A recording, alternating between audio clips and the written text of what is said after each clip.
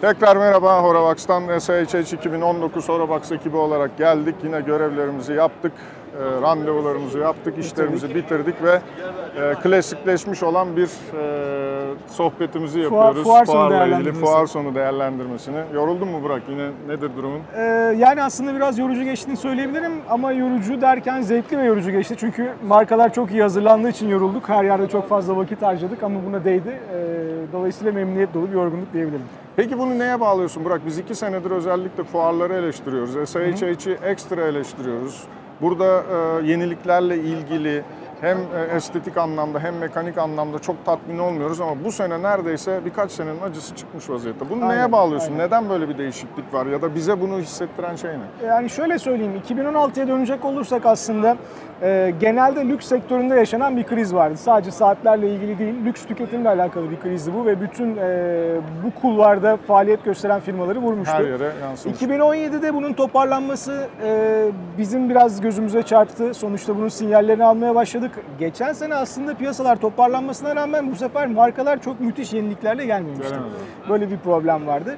Bu sene saat fuarlarının yani majör saat fuarları Baselworld ve SIH için kan kaybetmesi sonucu markaların hızlı bir şekilde toparlanmaya çalıştıklarını düşünüyorum. Evet. Bu nedenle senin dün de söylediğin gibi aslında geçmişi çok da yakına dayanmayan, cemazül evveli olan yani eski demesek bile 3 ay içinde çıkmamış yeniliklerle yeni tasarladıkları modellerini bizlere sundular ve çok memnun ettiler. Gerçekten çok güzel, tabiri caizse bomba gibi modellerle karşılaştık. Sıkı bir fuarla karşılaştık. Dolayısıyla ben buna bağlıyorum. Yani markalar hem fuarla uğraşan, fuar düzenleyenler olsun hem de katılımcılar olsun bence sorumluluklarını yerine getirmek için ellerinden geleni yapmışlar. Şimdi ben yine sana şeyi soracağım. Yani ilk 2 günden sonra bir yorum yaptık. Sonra 2 gün daha geçirdik ve bir sürü marka gördük. Yani hem estetik anlamda hem teknolojik anlamda, mekanik anlamda bu 2 günde, son 2 günde senin gözüne çarpanlar ne oldu? Şöyle söyleyeyim. Lüks spor saat segmentinde çok hoşuma giden bir marka var bilirsin. Girard Perregaux. Ve bunların Loreto modeli gerçekten çok hoşuma gidiyordu. Loretto'yu Loretto Absolute diyerek yeni bir model haline getirmişler. Daha yüksek kasa çapına sahip, dalgıç bezeli olmamasına rağmen 300 metre su geçirmezliğe sahip biraz ilginç bir şey. Bir de karbon ve camı bir araya getirdikleri Carbon Glass denen yeni bir malzeme var. Bunun tanıtımına katıldım, çok hoşuma gitti. Biraz AP'nin offshore konseptine benzeyen bir konsept. Yani sonuçta daha zarif lüks spor bir saati, daha kaba, daha utility watch haline getiren bir model. Ama ben beğendim, benim için güzeldi. Bunun dışında bugün birkaç tane independent, bağımsız firma ziyaret etme şansı buldum. Urwerk, Laurent Ferrier, Ferdinand Berthoud bunların hepsi çok güzel markalar. Yine çiçekler, mükemmel, bitkiler falan olan çiçekler, saatler var. bitkiler H. Moser C'deydi. Gerçekten çok ilginç bir saat. Son tabii H. Moser C dendiğinde insanlar genelde Swiss Icons Watch gibi provokatif ürünlerle onu hatırlıyor olsa da aslında markanın doğaya karşı sorumluluklarını yerine getirdiği modeli gerçekten çok ilginçti. Bu arada tabii onlarla sınırlı değil. Tourbillon modelleri var. Gerçekten çok güzel. Bilmiyorum, benim için egzotikler her zamankinden daha egzotikti ve çok hoşuma gitti diyebilirim.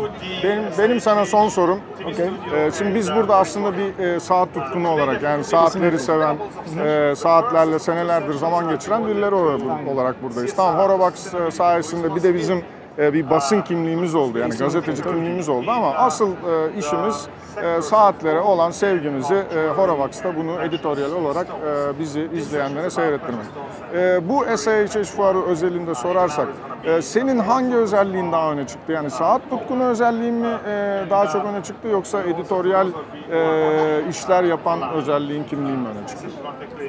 Zor dediğim soru buydu. Zor yani. dediğim Fena soru evet, sordum. hakikaten hazırlıksız yakalandım. Evet. Ama zaten amaç da o yani. Seni hazırlıksız yakalayıp bunu bir an için düşündürüp söyletebilmek. Anladım. Yani sonuçta saat meraklısı kimliğini bastırmak ya da arka plana itmek çok zor. Evet. Ama editör olarak baktığımda da neredeyse %50-50 diyebilirim. Çünkü fiyat performans oranı olarak olabilecek en iyi saati bulmak, bunları okurlarımızla paylaşmak, anlatmak benim görevim. Dolayısıyla birinci dereceden ilgi alanına girmeyen saatlere bile eskilerin tabiriyle vazife icabı ilgi göstermek zorundayım. Bunu da memnuniyetle yapıyorum. Dediğim gibi 50-50 diyelim.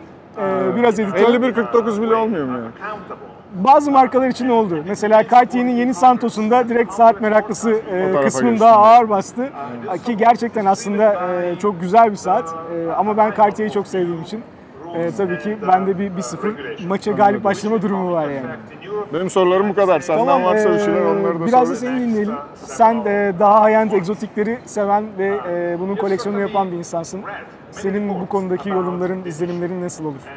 Ya ben de şimdi editör olarak değil de bir saat tutkunu olarak yorum yapmam gerekirse yine baktığımız zaman insanların böyle bir o cool olma teriminden vazgeçmediğini görüyoruz. Zaten saat markaları da buna cevap verebilmek, bu isteği olan insanların önüne bir şeyler koyabilmek için uğraşıyorlar. Ulysse Nardin'de mesela çok enteresan iki tane yenilik gördük. Hem Freak X hem de neydi öbürü Skeleton X gördük. Değişik değişik hikayeler. Ama öyle ya da böyle baktığımız zaman bu fuar bana göre ki Horovax'ta da bu bir şekilde teyitlendi, onu da söyleyeceğim. Audemars Piguet yaptığı yenilikle, yaptığı atakla her şeyin önüne geçti diyebilirim. Çok eleştiriliyor, kimse beğeniyor, beğenmiyor, onlar bunlar oluyor ama 1972'den sonra aradan bu kadar sene geçtikten sonra ilk kez böyle önemli, yani game changer dedikleri her şeyi değiştirecek bir hareket yaptılar. Beğensek de beğenmesek de onu takdir etmemiz gerekiyor. Baktığımız zaman Horovax'ta da en çok okunanlara Audemars Piguet hakkında yaptığımız editoryal haberler şu an en çok okunanlar sırasında üste çıkmış durumda. Ben yine tabii alışkanlıklarımdan pek vazgeçmeyeceğim. Sevdiğim markalara devam edeceğim. Çünkü onların yenilikleri gerçekten beni tatmin etti. Çok macera peşinde değilim ama bizim Horovax'ta yaptığımız son bir projemiz var Arnold & Son'la. 5 limitli bir saat. O bizim için çok önemli. Bu tarz projelere devam etmek istiyoruz. Bu da saatçiliğin, saat tutkunlarının kendilerine özel, her zaman her yerde göremeyecekleri, başkalarının kolunda çok sık rastlamayacakları saatlere doğru gidiyor. Baktığımız zaman da bugün fuarda gördüğümüz birçok model zaten bir öncekilerden farklı. Senin anlattığın Girard Perregaux'daki, benim Audemars Piguet'de bahsettiklerim, bunlar gerçekten bir şey var, bir değişim var. Bu değişimin de 2019'a, 2020'ye hatta 2021'e çok pozitif yansıyacağını düşünüyorum. Markaların da bundan payını alacağını düşünüyorum. Benim şahsi fikrim bu yani. Başka sorun yoksa bu fuarı da kapatıyoruz. Evet, aynen öyle. Evet, çok teşekkür ediyoruz. Elimizden geldiği kadar yine buradaydık. Buradaki ekip, İstanbul'daki ekip elimizden geldiğince çalıştık. Kameranın arkasındaki ekip. Emre sen de gel bize yanımıza bir katıl son anımızda. Emre de bizim işin hep arkasında kalan ama en büyük işi yapan arkadaşımız. Hepinize teşekkür ediyoruz ve bundan sonra artık Baselworld fuarında bir araya geleceğiz diye düşünüyoruz. Herkese günler.